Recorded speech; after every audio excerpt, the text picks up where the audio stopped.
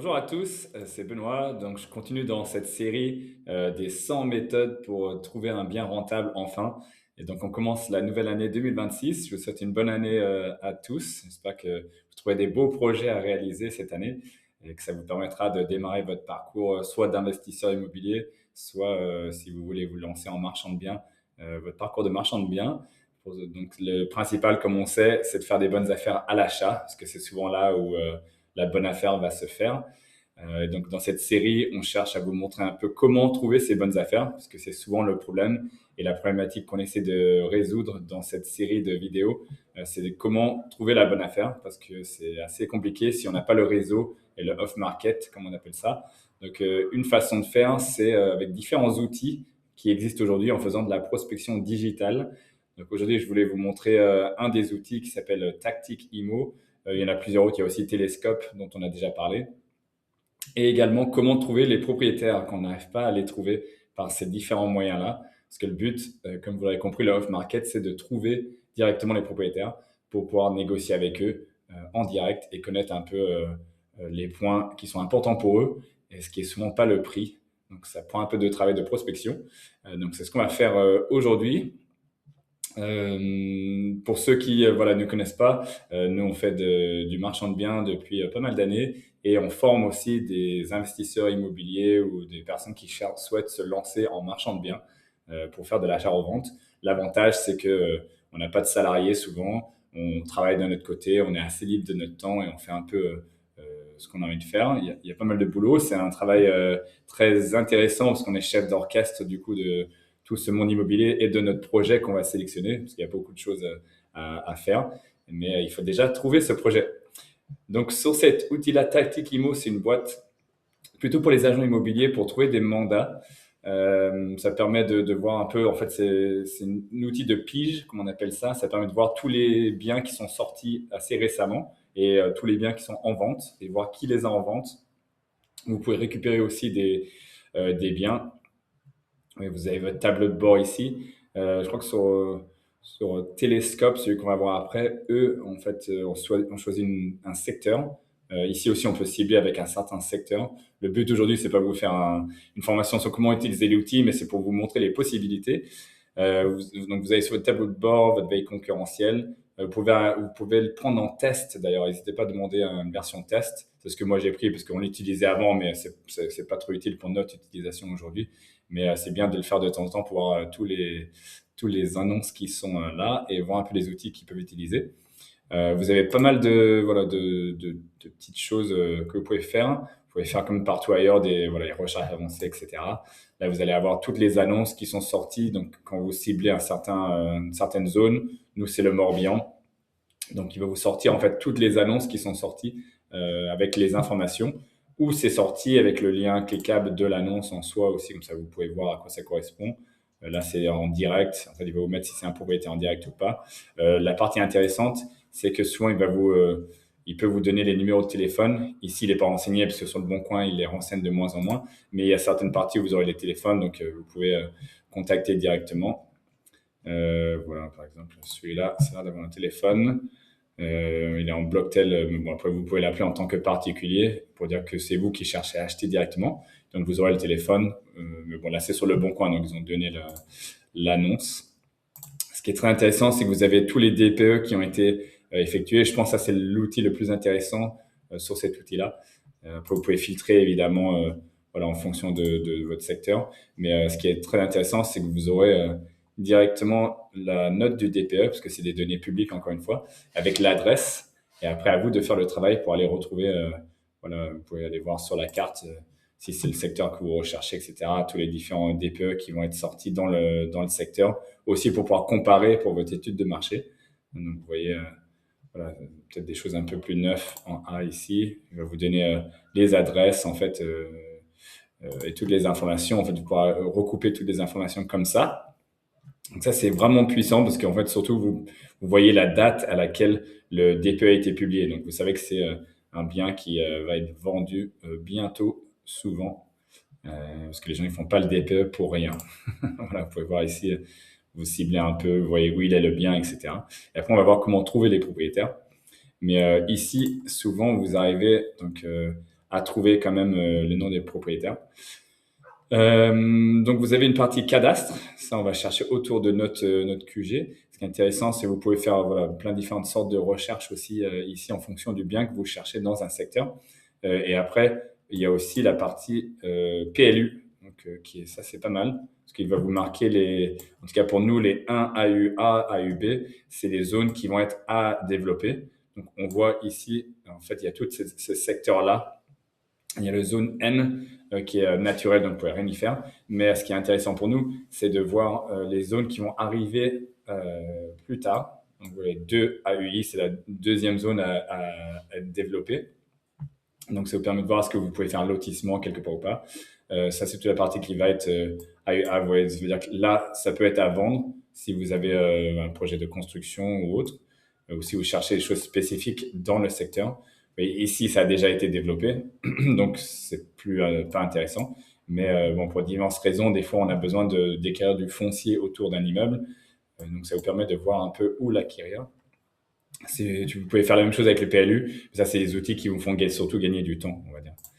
Voilà, ici, c'est tout ce qui est permis de construire qui ont été déposés. Donc, vous pouvez voir un peu voilà, ce qui a été demandé, ce qui va sortir, etc.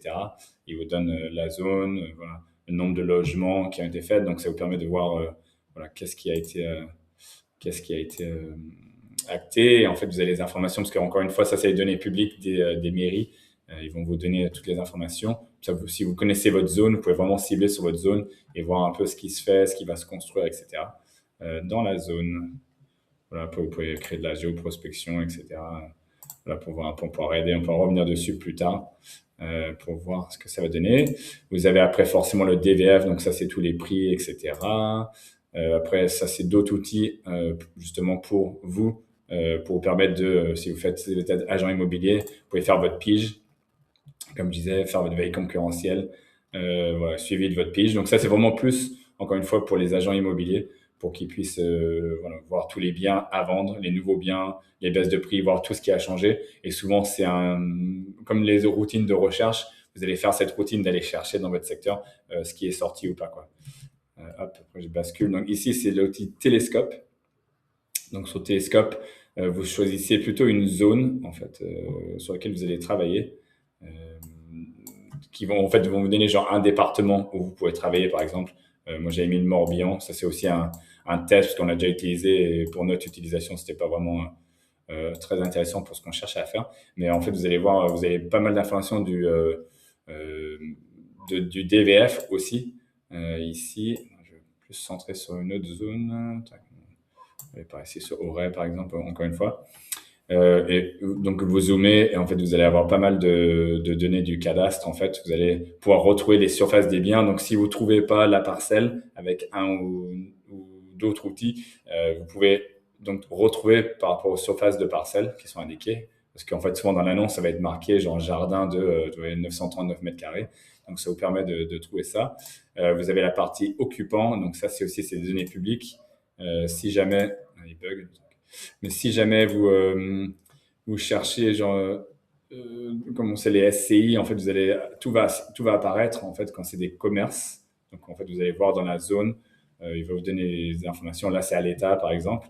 Mais vous allez voir s'il y a voilà, si c'est des sociétés civiles qui détiennent le bien. Vous pouvez avoir, du coup, le nom des propriétaires. Donc, c'est comme un DVF classique. Vous allez avoir toutes les informations sur les parcelles, sur tout le reste.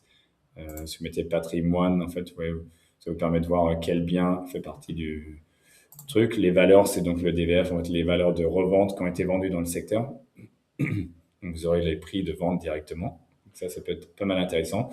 L'intérêt de Télescope, c'est qu'ils utilisent différentes choses dans la partie opportunité qui vont vous synthétiser ça. Ça va vous montrer donc dans la zone, est-ce qu'il y a des choses où il y a des opportunités en fait. Et là, ils vont utiliser, pardon, ce qu'on utilise classiquement, nous, les 4D, pour trouver les biens. Donc, pour savoir qu'est-ce qui va arriver à la vente, si c'est déjà en vente ou pas. Vous voyez, ici, ça va même jusqu'au redressement judiciaire. Donc, ça, c'est la partie commerciale ici. Sur d'autres, ça va être potentiellement des décès qui ont eu lieu il n'y a pas longtemps, une liquidation judiciaire ici.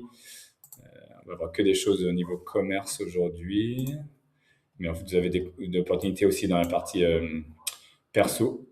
qui vous permettent d'avoir accès pour différentes raisons. En fait, il va vous dire la raison justement, que ce soit en particulier ou que ce soit en professionnel. Après, il faut un peu cibler en fait en fonction de votre demande. Vous pouvez voilà, changer un peu les critères de recherche. Que ce soit là, c'est plutôt du commerce, mais ça peut être en perso aussi. Pour voir si ce qu'ils font, s'ils voient quand il y a des décès aussi. Vous pouvez en fait laisser des cartes. Ça, c'est une des techniques classiques en fait de la prospection, c'est que vous allez cibler une zone, mais après, le principal, c'est quand même de rentrer en contact avec les propriétaires pour discuter avec eux directement et pas forcément passer par agence. Et donc, quand vous faites ça, vous allez pouvoir laisser des cartes en fait parce que vous aurez l'adresse. Donc, faites-vous des cartes. Nous, on en fait.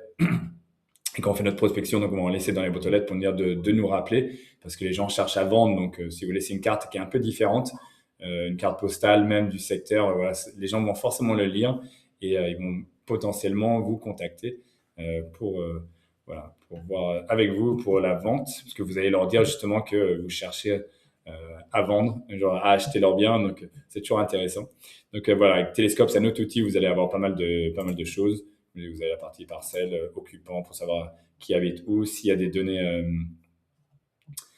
publiques sur leurs biens. Oui, vous avez pas mal de données là-dessus. Vous pouvez faire une recherche Google après pour savoir où ils habitent. L'autre chose qui est intéressant, c'est ce site-là, France Cadastre. Donc là, c'est vraiment quand vous allez chercher comment dire, le propriétaire d'un bien. Donc ici, on va mettre pareil, peut-être un break. En fait, vous allez faire une demande de ce qu'on appelle un extrait cadastral. Donc, même si vous n'êtes pas propriétaire, vous avez le droit de le faire. Donc, vous créez un compte. Vous allez aller ici sur la carte. Vous allez trouver le bien en question qui vous intéresse. On va aller au hasard. Mais c'est très puissant pour trouver le nom du propriétaire si vous cherchez à contacter le propriétaire. Donc, vous mettez ici, vous cliquez sur le parcelle en question. Donc ça, vous avez les informations de cadastre classique pour télécharger un extrait de plan, l'étude de risque, voir si c'est en zone inondable ou en sismique, etc. Surveiller cette parcelle pour voir s'il y a des mutations qui vont arriver, voilà, si vous surveillez une certaine zone. Consulter les permis de construire, c'est ce qu'on a vu aussi sur la partie Télescope et TikTok, qui sont deux outils payants. Ici, c'est gratuit, mais c'est forcément plus limité. Vous avez moins ce rayon rapide de récolte d'informations. Et nous, ce qu'on va faire, c'est donc bon, il y a contact de l'urbanisme, ça, vous pouvez écrire aussi vous-même directement, mais bon, c'est le service qui vous permet de leur écrire. Je crois qu'ils travaillent avec des pubs ici sur ce site-là, donc c'est ça qui les paye. Mais en fait, c'est tout des services publics en fait que vous pouvez utiliser. Et nous, ce qu'on va faire, c'est qui est le propriétaire. Donc, vous allez renseigner, vous voyez, là, il y a déjà tout qui est renseigné sur la parcelle. Vous renseignez vos informations, nom, prénom, etc. Et votre mail. Donc, vous n'êtes pas propriétaire de la parcelle.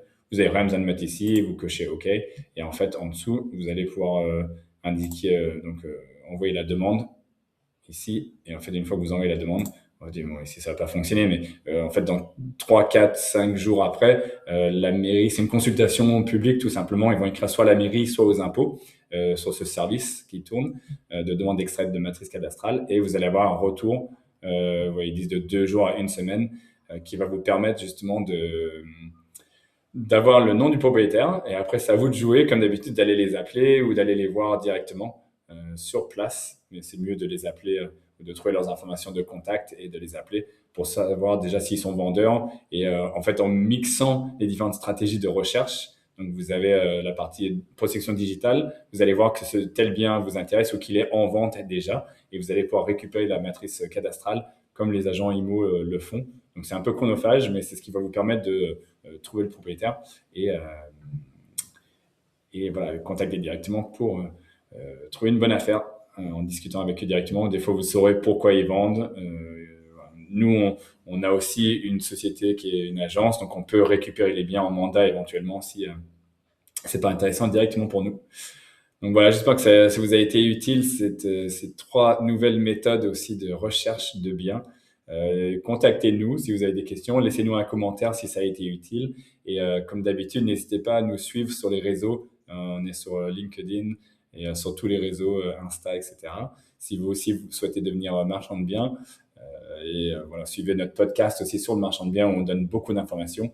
Encore une fois, nous, le but, c'est pour les motiver, pour les déterminer, c'est de les aider à trouver le bien, le projet qui va leur permettre soit de se lancer, soit voilà, d'aller un peu plus en avant sur la partie investissement immobilier et marchand de biens.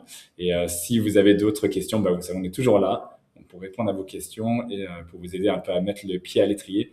Et c'est ce qu'on fait avec nos formés aujourd'hui. Donc n'hésitez pas à nous contacter et on vous souhaite en tout cas un bon démarrage de l'année, de trouver plein de projets intéressants et que ça réussisse pour vous en 2020.